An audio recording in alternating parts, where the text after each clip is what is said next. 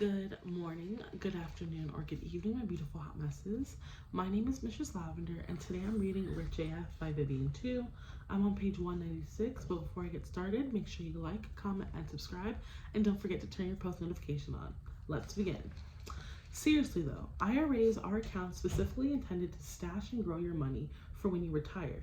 Like 401ks and 403bs, there's a yearly contribution limit, $6,500 as of this writing, with a catch-up contribution limit of $7,500 if you're over 50 years old. And you can't withdraw your earnings from an IRA until you reach the age of 59.50. Or rather, you can withdraw those earnings, but you'll pay capital gain taxes on that money, and an early withdrawal penalty to boot. Remember how the government tax stuff, if you don't want, you do. Remember how the government tax stuff, where am I? Oh yeah, remember how the government tax stuff, it doesn't want you doing? It super does not want you touching this money until it's your time. But by the same token, you will get a tax advantage to sweeten the deal. And that's where we get to this traditional versus Roth situation. There are two flavors of tax advantage you can choose between when opening one of these accounts, traditional and Roth. I like to explain the difference using a universally relatable metaphor: pizza. Your traditional IRA is like a pepperoni jalapeno slice. It's going to be so delicious when you eat it. Amazing and enjoyable from the first very bite. But it might be a little spicy coming out, as in when you poo, just to be clear. Just because a traditional IRA lets you take advantage of all the amazing tax benefits up front, the amount you contribute to a Roth IRA is deducted from your taxable income for the year you make those contributions. So, for a very simplified example, if you make $70,000 this year, but put $6,500 into a traditional IRA, your tax income would go down to $63,500. 70,000 minus 6,500. Less income counted, less money paid to the IRS. That said, the tax benefits of traditional IRAs do have some limits and restrictions, and here they are. If you're a single filer, i.e. not married or head of household, with a modified AGI of less than 73,000, or married with a total modified AGI of less than 116,000, you can deduct the full amount you contribute to your traditional IRA up to the contribution limit for that year. If you're a single filer with a modified AGI of more than 73,000 but less than 83,000, or married with a modified AGI of more than 160,000 but less than 136,000, you can deduct some of your traditional IRA contributions. If you're single with a modified AGI north of 83,000 or married with a modified AGI north of 136,000, you can't deduct any traditional IRA contributions. However, if you and your spouse, if you're married, don't have the option of an employer-sponsored retirement plan, like a 401k, then you're exempt from these income limits and there is no phase out. You can deduct all your traditional IRA contributions up to the contribution limit for the year. So no matter what, you're going to need to know your individual situation to figure out what works best for you. Sorry to be annoying, but welcome to the U.S. tax code. Page 198. However, you will pay taxes on the money earned by the investments in your traditional IRA. You'll just do it later on. You'll pay income taxes on your withdrawals, aka you'll start taking distributions from the account in retirement. So that's when things get spicy. A Roth IRA, by contrast, is like a slice of veggie pizza. It's a healthy, nutritious choice right now that maybe isn't as bursting as deliciousness, but will come out much easier when the time comes, if you know what I mean. Apologies because I'm taking this metaphor way too far. With a Roth IRA, you don't get to deduct your contributions from your income this year and save on taxes today. But when you start taking distributions from the account of retirement, those distributions will be 100% tax-free, baby. For whatever reason, people tend to get hung up on the word Roth, but it's a fancy way of saying you pay taxes now, not later. It's also the name of the guy who invented it, not an acronym for anything, FYI. So even if you don't remember all of these different definitions, if you can tattoo it in your brain that Roth equals tax at the front, not the end. You're good as far as retirement account wisdom goes. 401ks can also come in Roth varieties too. Whether or not you have access to one will depend on your employer. The other thing to know about Roth IRAs is that in addition to an annual contribution limit, they also have an income limit. Basically, if you make over a certain amount of money annually, you're not eligible to contribute to a Roth IRA. When you hear income limit, rich people hear loophole, and Roth IRAs are no exceptions. Even if you earn over the income limit, there is something called a backdoor Roth IRA. Not as gross as it sounds, I swear.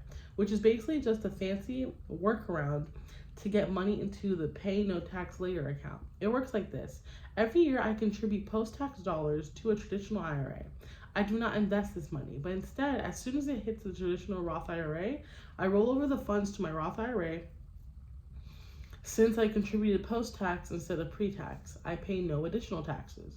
So aside from making you want pizza real bad right now, just me, what does this all mean? A traditional type of account may make sense for you if you make more money now and think you'll make less money closer to retirement. It makes more sense to take advantage of that upfront tax break when your taxes are likely to be higher relative to your income, aka when you earn more money. If the opposite is true, then you think you'll be earning more money when you retire than you are now. A Roth type account may make sense for you because you'll get to skip paying taxes on your distributions when your tax rate is relatively higher. Obviously, you can't just know which of these will be the case for you. None of us can just be like, yes, I'm definitely going to be rich later, and pick a flavor of IRA with 100% confidence based on the one factor alone. There are lots of other factors that might influence which one you pick. For example, reducing your taxable income with a traditional IRA might make sense if you're on an income-based student loan repayment plan, and if you want to get your annual income as small as possible to reduce your monthly payments, or if you're on a health insurance under the ACA and want to maximize the premium credit you get. IMO, at the end of the day, the decision between a traditional account or a Roth account is not going to make or break you. What I do know is that if you don't use either, you are way more likely to stay broke.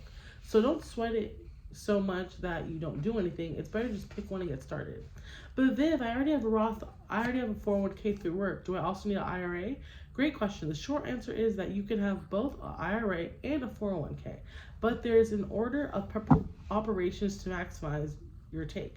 Namely, if you have a 401k through your job and your employer offers matching funds, you can prioritize putting your investment dollars towards getting that max match first because it's free money, baby, and then branch out to an IRA. For a more in-depth step-by-step order of operations, check out the chart on page 206. I'm on page 200, by the way. Health savings account. Are you ready for the crown jewel of the tax advantage investment world? Allow me to introduce you to a health savings account or HSAs. Yes, you heard me right. Technically, yes. An HSA is part of your health benefit package, and its stated primarily purpose is to help you pay for medical costs. It is, in short, an account to save for health spending, but nevertheless, they are a fantastic way to cover medical costs tax-free and can be used as an awesome retirement savings vehicle. Because acronyms are the worst, it's super easy to mix up an HSA with an FSA, flexible spending account, either of which might be offered to you depending on your health insurance options. There's a difference. FSAs can help save you a little bit on taxes. They are not investment accounts. They are a chunk of change you can set aside at the beginning of the year, pre-tax. You spend on qualified health expenses over the course of the year, and only that year, and then poof, the money is gone. So FSA money equals use it or lose it, can't be invested. HSA money equals yours forever and investable. Hope that clears things up. I'm on 201. To qualify for an HSA, you need to be over 18 and be covered by a qualifying high deductible health plan or HDHP. The HDHP has to be your only medical insurance, and you also can't be claimed as a dependent on anyone else's taxes, like your parents. With that HDHP as your only health insurance, you'll become eligible to fund money into the HSA. Even more, a lot of the times your employer will also match your HSA contributions, either as a lump sum or as a percentage of your contributions. Now, all your contributions to that HSA account will be made tax-free, which is nice enough of in itself. Every dollar you contribute lowers the annual income that you report to the IRS, which means you owe them less money in April. But this is what makes this account special, is that once you get to a certain threshold of dollars in that account, you can also start investing them. This means you're not just socking away money like you would in a sinking fund. You can actually let your money grow in that HSA. And while it's growing tax-free. Of course, you may need to withdraw money from the HSA to pay for a medical expense. And if you do, no sweat. That withdrawal is also tax-free. But if you end up not using it for medical expenses right away, it'll just keep growing and growing and growing. If you can manage to hang up on it until you're older and are likely to have more medical expenses, then you could actually end up paying for those costs with purely investment returns. Your dollars earned just by hanging out and going to work investments. This is what makes HSAs the creme de la creme of retirement investment accounts. HSAs are a triple threat of tax advantages. You put money into the account pre-tax. The money grows tax-free, and you can withdraw it from at any point to pay medical expenses, and that's also tax-free. But here's the real kicker. Even if you're maxed out on a contribution to your retirement accounts, like an IRA or 401k, you can still contribute to your HSA because it is, after all, technically a health savings account and not a retirement account. It has its own contribution limit. In 2023, that's $3,650 for individuals, plus an extra $1,000 if you're 55 or older. But that extra few dollars you can put into your HSA can effectively be retirement savings too. If you don't end up using that money for medical expenses, you can take withdrawals.